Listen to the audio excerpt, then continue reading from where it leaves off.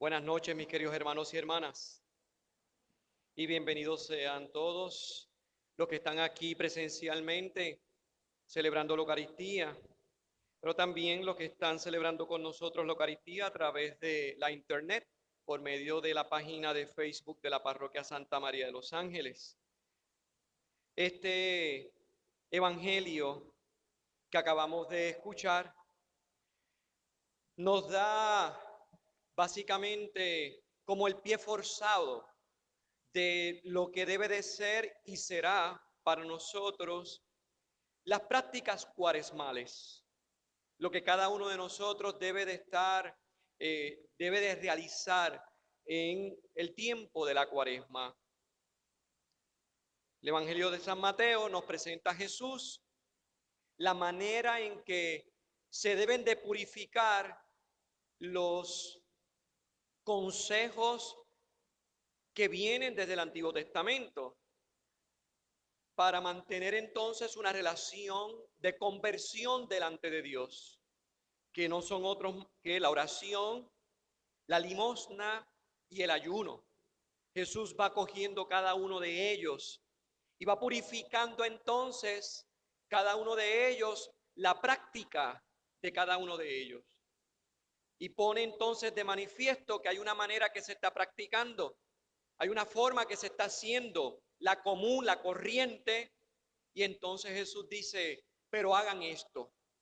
Están haciendo esto, pero yo no quiero que hagan esto, yo quiero que lo hagan así. Corrige en una pedagogía el proceso religioso del pueblo de Israel. Yo quisiera poder ir a adentrarnos en estos consejos para poder vivir el tiempo de la cuaresma. Me voy a dedicar y a trabajar uno, que es el ayuno, pero lo mismo que digo del ayuno es básicamente lo mismo con la oración y también la limosna.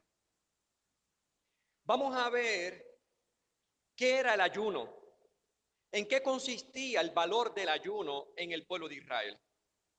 Porque si no entendemos eso, no vamos a entender entonces por qué Jesús corrige en este evangelio el ayuno, como se está haciendo. Por eso él dice, cuando hagan ayuno, no se vistan con trapos, ni se echen cenizas encima, ni andes andrajoso para que la gente lo sepa. No, no, no, no. Cuando tú ayunes, ponte perfume, vístete bien, que la gente no note que tú estás ayunando. Entonces aquí estamos viendo que el valor que se le estaba dando era más que una práctica, era como un engaño que se estaba haciendo la persona para cumplir algo, pero en el interior no había contenido. El ayuno en la tradición judía antes de Cristo, la prescripción fundamental del ayuno al inicio era más que un solo día de ayuno. No existía más nada.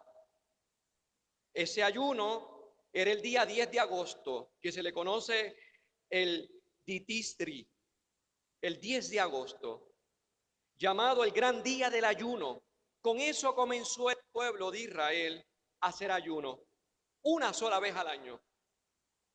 Luego entonces, del año 70 después de Cristo, han pasado 800 y pico de años, Jesús se encarnó, Jesús predicó el evangelio, Jesús padeció, resucitó y ascendió a los cielos, instauró la iglesia, y en el año 70 después de Cristo, cuando se destruye el templo de Israel, entonces por el Imperio Romano, viene entonces tomando otro aspecto, un aspecto de dolor, un aspecto de vacío, porque el lugar donde se celebraba el culto era el templo, porque era la presencia de Dios era el templo. Al no haber templo, ya no hay presencia de Dios para los judíos. Entonces, se le fueron añadiendo poco a poco más días en ocasiones específicas difíciles, como por ejemplo en momentos de hambruna, en momentos de guerra, en momentos de sequía. Esos momentos que causaban que el pueblo de Israel sufriera. Y en los momentos entonces de sufrimiento se acudía al ayuno. Pero los fariseos, como prototipo de la religiosidad, iban más allá de estos preceptos. Ellos ayunaban como un acto ritual agradable en sí mismo a Dios. ¿Cuál era la dinámica de este ayuno, de este acto agradable en sí mismo a Dios? La dinámica del ayuno era la siguiente. La primera era detener el tiempo ante una desgracia.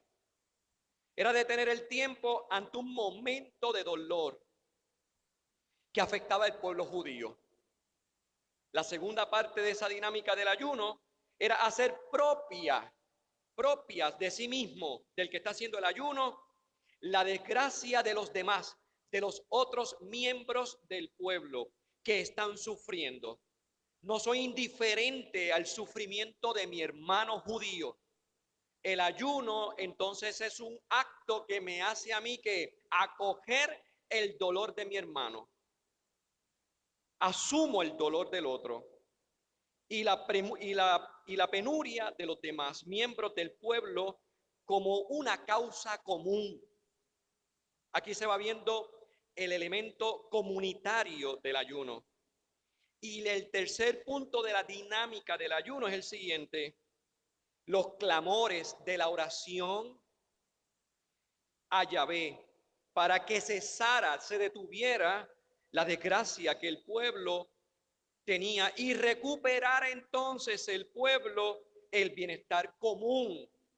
Todo es algo comunitario, no es individual, es algo comunitario. Entonces se valoraba esta dinámica, se valoraba como justicia.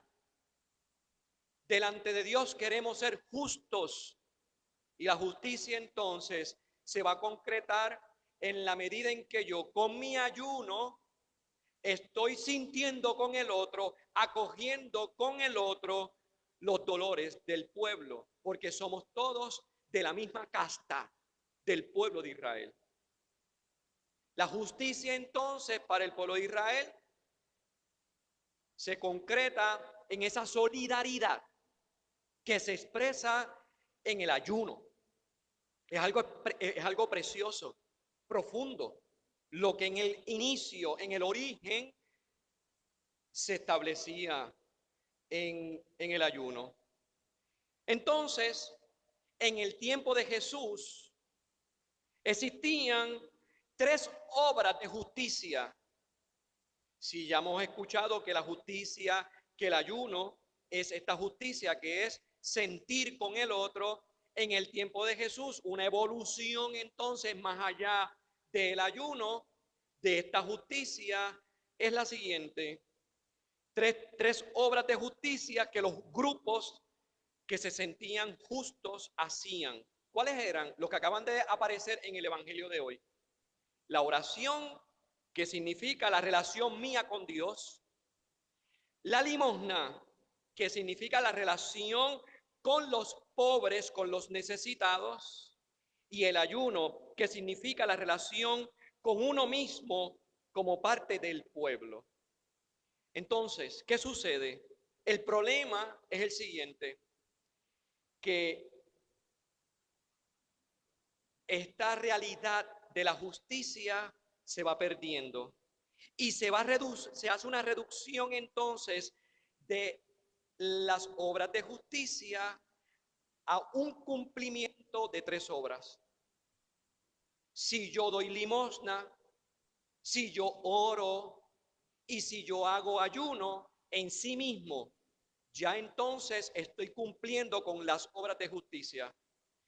Pero no hay una consecuencia concreta en el prójimo.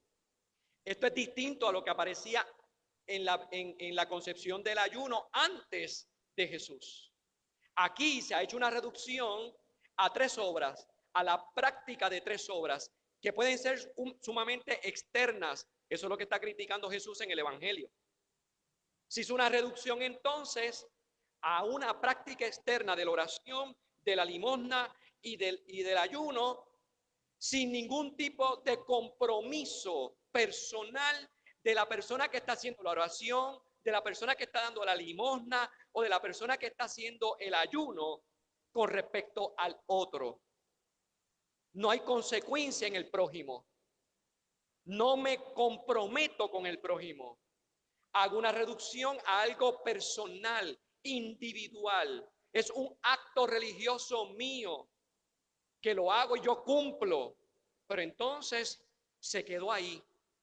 No tiene repercusión como era la justicia original y originante en el Antiguo Testamento. Y ahí es donde se pierde el objetivo central de la justicia.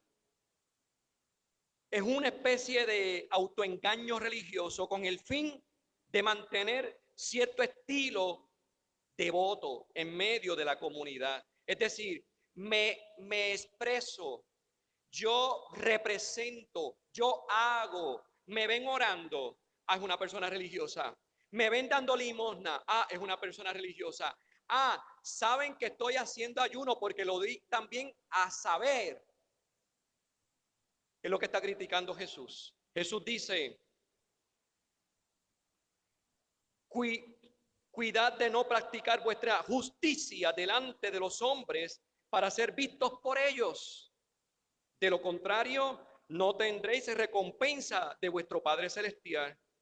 Por tanto, cuando hagas la limosna, no vayas tocando la trompeta por delante, como hacen los hipócritas en las sinagogas y por las calles con el fin de ser honrados por los hombres.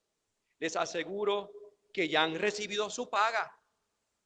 Tú, en cambio, cuando hagas limosna, que no sepa tu mano izquierda lo que hace tu derecha. Así tu limosna quedará en secreto, y tu Padre que ve en lo secreto te lo recompensará. Cuando reces, no seas como los hipócritas, que les gusta rezar en público, de pie en las sinagogas o en las esquinas de las plazas, para que lo vea la gente. Les aseguro que ya han recibido su paga.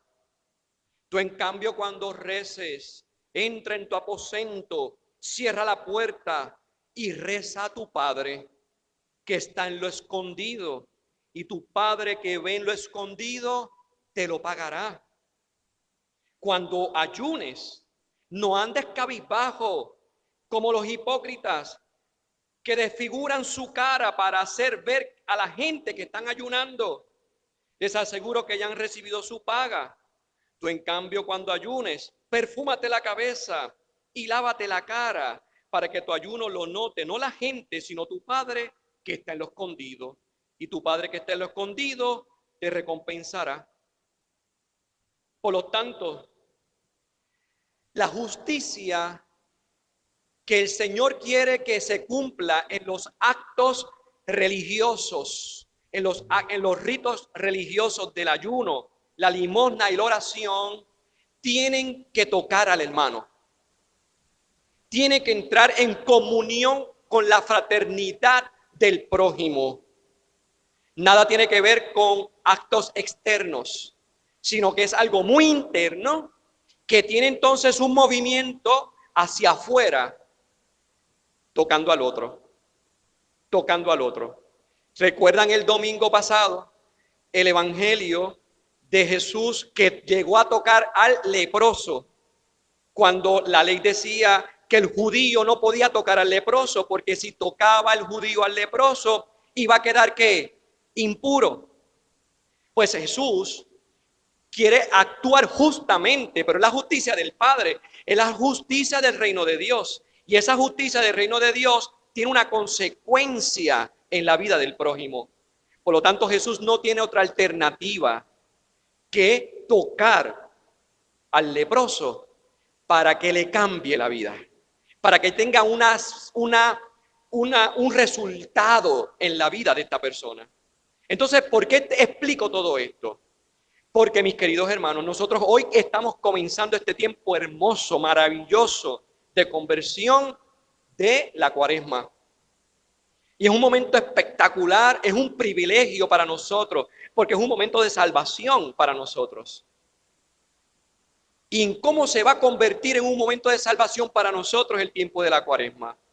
En la medida y en la forma en que entonces tú y yo, nuestros actos internos de piedad, que incluirán, dependiendo de las circunstancias, la limosna, la oración y el ayuno, verdaderamente tenga un resultado en la vida de los que nos rodean. Comenzando con nuestras propias familias. ¿Quiénes de nuestras familias están sufriendo? ¿Quiénes de nuestras familias están con circunstancias que les agobian? ¿Quiénes de nuestro entorno están con desavenencias, con separación, con desamores en nuestra familia? Entonces yo puedo hacer la oración. Yo tengo que hacer la oración porque la oración obviamente es alimento del alma. Y es súplica a Dios como lo vimos. Con la súplica a Dios recibimos entonces de Dios que escucha nuestras aclamaciones y Él actúa. Pero eso tiene que estar acompañado con tu intervención en esa vida. Tú y yo nos tenemos que hacer el encontradizo en la vida del otro. Como Jesús hacía el encontradizo, se metía en la vida del otro.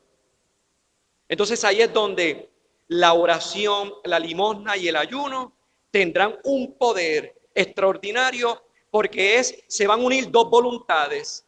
La voluntad de Dios Padre Todopoderoso a través del Espíritu Santo de querer transformar la vida del que sufre, y tú que estás en comunión con ese Dios que es amor, entonces derramará sobre ti también la voluntad tuya por el encuentro con ese hermano.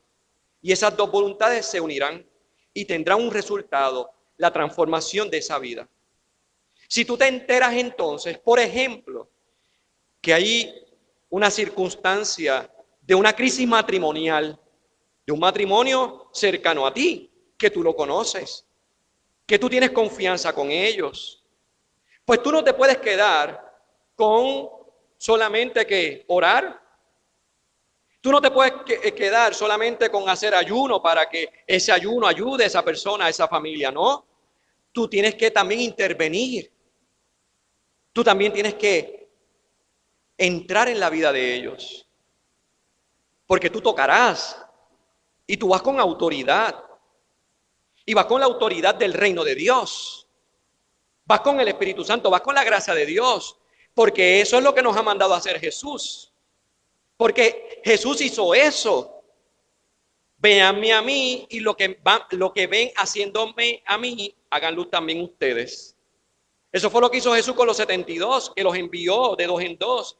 Ellos vieron a Jesús actuando. Ellos estaban actuando en el nombre de Jesús. Luego vinieron los 72 contentos y alegres porque decían, hasta los demonios se postraban en tu nombre, Señor. Pues eso, Jesús es el mismo ayer, hoy y siempre. Y en este tiempo entonces de la Cuaresma es un tiempo maravilloso de salvación para ti y para mí. Para que con la autoridad que nosotros tenemos de ser bautizados, porque somos bautizados, somos hijos de Dios, somos hermanos de Cristo, somos templos del Espíritu Santo. Con la autoridad que tú y yo tenemos, nosotros hemos sido enviados con esa autoridad a nuestros hermanos para transformar la vida de los demás. Por lo tanto, con esto podemos entender aquella circunstancia que aparece en el Evangelio de Marcos cuando los fariseos le dicen a Jesús y lo critican diciéndole, oye, los discípulos de Juan el Bautista ayunan. Oye, los discípulos de los fariseos ayunan y tus discípulos no ayunan. ¿Por qué? Entonces la contestación de Jesús fue, mientras el novio está presente, no pueden ayunar. Ya llegará el momento que le quiten al novio, entonces ayunarán. ¿Y qué estaba diciéndole Jesús? No pueden ayunar porque el novio es él. Y la boda, él utiliza la realidad de la boda como el acontecimiento más grande social que existía en el pueblo judío. ¿Por qué? Porque la boda concretaba la alianza que Yahvé había sellado con Abraham. Aquella alianza que le dijo, de ti sacaré un pueblo numerable, que ni la constelación de las estrellas vas a poder contarlas. Pues cada vez que hay una boda, que es la unión entre un hombre y una mujer, una nueva familia, que de esa familia vendrán los hijos, la descendencia, se estaba concretando aquel momento y ese pueblo hacía memoria de esa alianza que había hecho Yahvé con el pueblo, con Abraham. Por lo tanto, él dice, ¿cómo van a hacer ayuno? Si aquí está el novio, yo soy el novio. Llegará el momento en que la boda pase, se va a concretar el matrimonio que tenía que pasar por su pasión, muerte y resurrección, le quiten al novio y entonces tendrán que ayunar. ¿Y por qué iban a ayunar? Porque el ayuno iba a convertirse en ¿qué? En memoria de la presencia de Jesús. ¿Qué quiero decir con esto? Memoria de la presencia de Jesús significa que cuando ayunaban los discípulos de Jesús, cuando ya Jesús había ascendido al cielo, físicamente no estaba en la tierra, el ayuno de los discípulos, de los cristianos, era el memorial, es decir, hacer presente a Jesús en ese momento, en la vida de ellos. ¿Y qué hacía Jesús cuando estaba presente en las necesidades? Sanaba, transformaba la vida de los demás.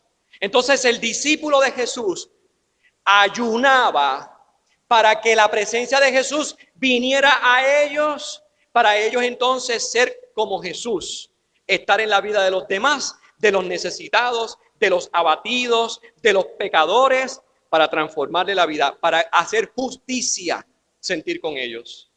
Entonces, en este tiempo de la Cuaresma que comienza hoy con este miércoles de ceniza, hoy todos nosotros estamos llamados a eso mismo.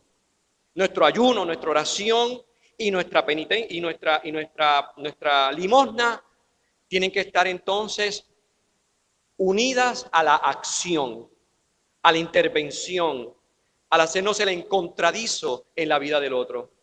Y por eso puse el ejemplo de que si conoces algún matrimonio que esté en una crisis matrimonial, tu misión es que intervenir.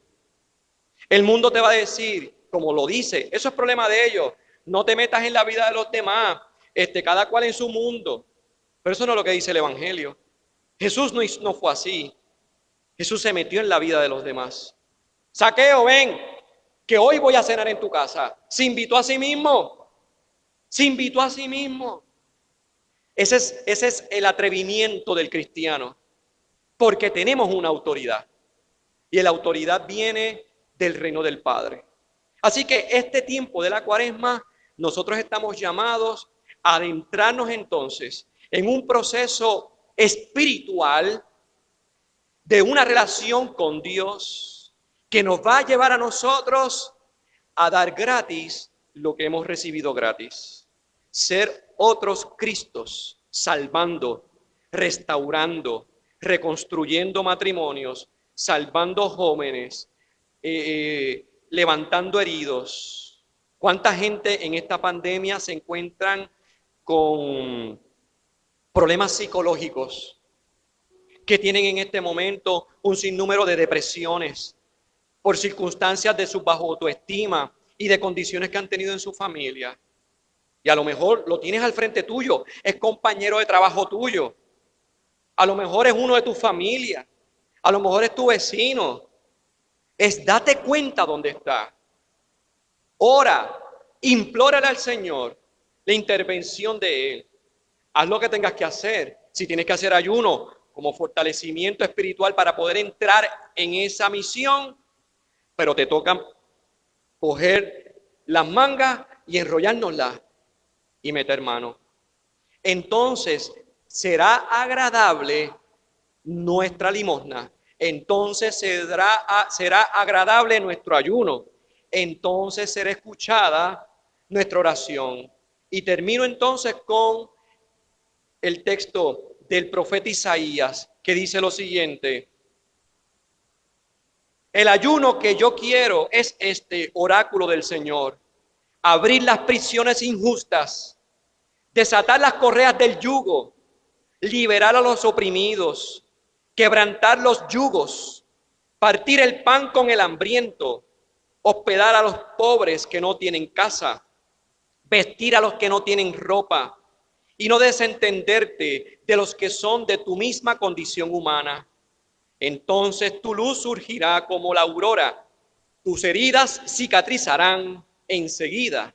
Delante de ti marchará la justicia y detrás de ti irá la gloria del Señor. Entonces clamarás al Señor y Él te responderá. Pedirás ayuda y Él te dirá: aquí estoy. Maravilloso, espectacular.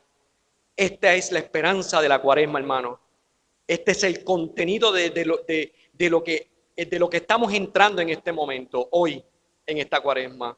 Así que llenos de esperanza, llenos de expectación, como la madre que está a punto de dar a luz, está expectante al alumbramiento.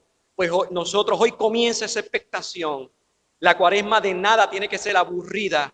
La Cuaresma de nada tiene que ser de mortajas. No. La Cuaresma es tiempo misionero con nosotros y con el prójimo.